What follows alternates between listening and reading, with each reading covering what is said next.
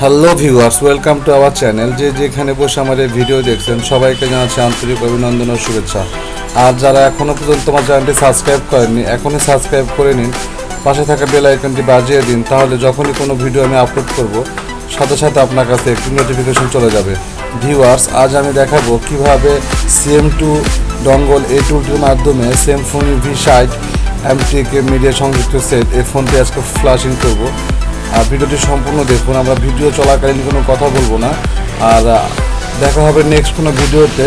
এই বন্ধুর সাথে ভালো থাকবেন, সুস্থ থাকবেন, আল্লাহ হাফেজ।